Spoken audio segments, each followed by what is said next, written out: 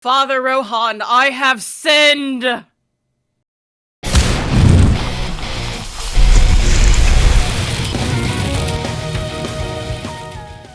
are watching / listening to the Clash KO podcast.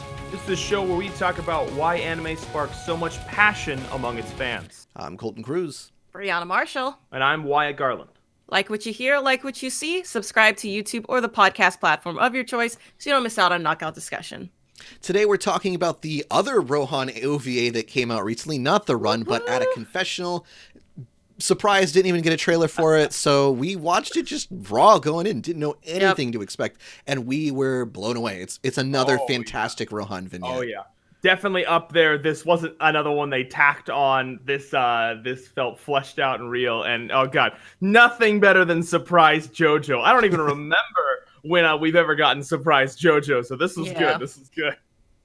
It's nice to see the old boys again. So, you know, Koichi is there. He's like, hey, Rohan, I'm about to go to Italy.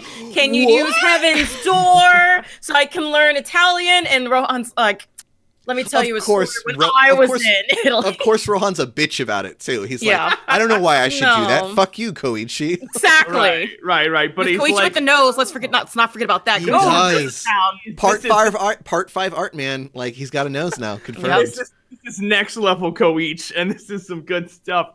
No, it's great because the toning sets it up really nicely, right? Because they're just at a cafe, and Rohan's like, oh, this incredibly easy thing I can do for you. Sure, we'll get to that. But hey, you just reminded me, like, oh, Italy. And then he sort of trails off, and they're having coffee, and you're like, oh, okay, this will be nice. The time I was in Italy. Yeah, like, we expect something normal or, like, casual, and it does start as that. Rohan's in Italy doing, like, He's doing an art study. He's taking photos and stuff. Exactly what Araki did. Yeah. So it is just, it starts to meld into the second level of like, oh, okay, he's just there and he's chilling. But then, of course, Rohan, being an ass, just accidentally walks into a confessional booth and like, because he's Japanese and like doesn't know the right side of the wrong side of the road. As the manga artist, his whole thing in part 4 was he's obsessed with extracting like unique stories out of people. So of course he's obsessed with the confessional, or he's intrigued by it. He's like, people come here and just spill their fucking guts all over the place. So he sits down and of course, who sits next to him but somebody with the most interesting story that like Rohan can hear. Please let me tell you what I've done. And he just kind of like pretends. He does that perfect sitcom thing where he's like, oh, I'm not supposed to be in here, but I'm not gonna leave. Like, he just soaks it all up because this guy is exactly spilling his guts out. So then we get to this secondary story. So it's a story that was told to Rohan that he's telling to Koichi. And then, so we have these multiple layers and we get into it. And it is some classic, like... Oh, it's perfect, like, I don't know, the best combination that Araki does of, like, a fable with, you know, crazy things happening, and then also being a very, I don't know, like, not sitcom-y, but, like, a soap opera drama kind of revenge story. Mm-hmm. So it's this guy who didn't want to help a poor guy dies, and he gets cursed. And then, of course, he becomes super successful, and go ahead, Bree. To be fair, it wasn't no poor guy. He just came in saying, hey, can I have some food? No, this asshole was like, no. This asshole was like, you can get food, but you have to work for it. And to be fair, it's just like, you know what? You saw me working. Why should I give you food? You're not working. You know, it's that perfect. They give the character a little bit of like sympathy. Yeah, there's a balance. Yeah. Right. He's like, no, man, I had a tough job. It was manual labor. So he was pissed. He'd been working all day. And then this guy just comes and asks for a free lunch. And he's kind of he gets ticked off in that moment. Like, hey, okay, well, you lift some rice bags. I don't know. Like, he just kind of. But then immediately dies once he lifts it up. So he dies, but then the guy, you know, it's the monkey paw thing, right? Like, he becomes absurdly rich, like, is super successful, but he knows someday the curse, like, will come and wreck him. Yep. Yeah. So, and that is what has happened moments before this man came in the confessional.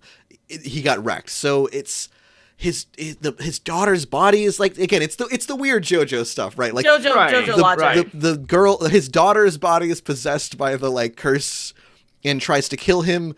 And it turns into this whole, you know, like, obviously, like, game of, like, oh, if you can't catch popcorn in your mouth that you throw, like, 6 feet in the air. And it's, I mean, again, like, we're in goddamn Escape from L.A. at this point, like, playing horse for the end of the world. Like, it's beautiful. Yeah. It's a really good tension. Obviously, all of it's written in. It's like, oh no, you have to catch popcorn kernel in your mouth, like after throwing it up in the sky. And oh, by the way, you made your fortune on popcorn, like because you owned a farm and that made corn products. Like it's all tied in there, man. It's all tied in there. And in the pigeons and everything. It's good. It's so good.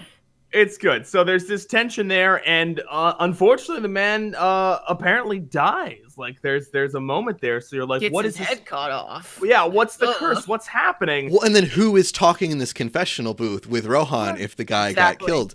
And of course, in true JoJo fashion, it's a body switcheroo double thing somehow, like which is crazy, right? So the idea is that he tricked the curse. He tricked a curse, yeah, like with plastic surgery and like body doubling, like. Oh god, it's so funny, and the best part about it is the only response, because the guy comes out of the confessional booth, because both him and Rohan hear a man who was just decapitated moments before crawl into the church, and also the curse goes swilling like through him, and they're both talking to him, and his only deadpan response, this man who's gotten plastic facial surgery to become someone else, is just like, oh, you can even enter churches? And you're like, whoa, this is a hard-boiled dude. Like, and Rohan says that. He's like, I was impressed. That guy was crazy.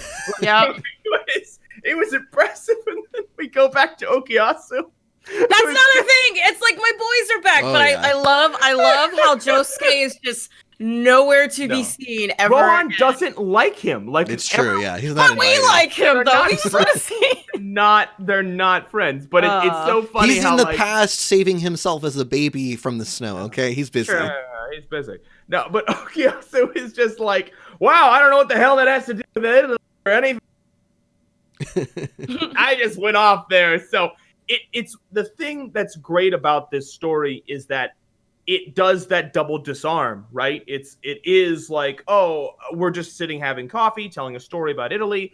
Oh, and then that story about Italy turns into someone else telling a story. So you get removed and then removed again. So then whatever craziness happens is like, wait a minute, I'm inside. Like, it's like Inception, right? You're like, where am I right now? And then you get pulled out of it and you're like, oh, so there's this great relief that's formed after you realize, right, it's just the boys shooting the shit at the coffee shop. Yeah. Anyways, guys, let us know what you thought of this bizarre adventure in the comments below. Make sure to like and subscribe so you don't miss the next video, and we will catch you next time.